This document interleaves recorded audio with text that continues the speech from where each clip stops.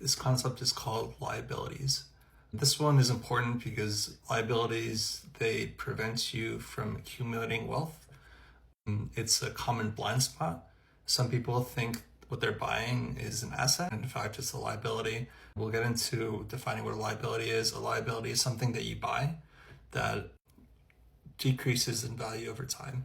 That is to say that you buy it now for a certain price. As time passes, if you try to sell it again, you're selling it at a lower price.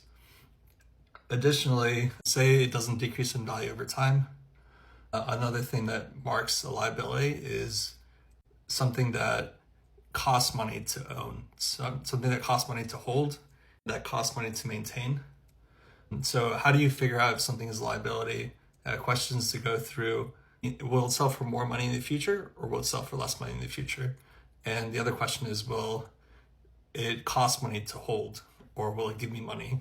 If it costs money to hold, then it's likely a liability.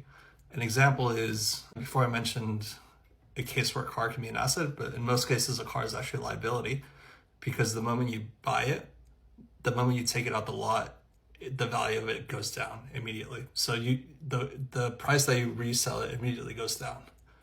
Similarly, a car costs money to maintain. You have to pay car insurance, you have to pay gas. If it breaks down, you have to pay repairs. These are things that cost money to hold a car. Similarly, people who are a certain economic class, they think they're buying assets, but what they're actually doing is they're buying liabilities.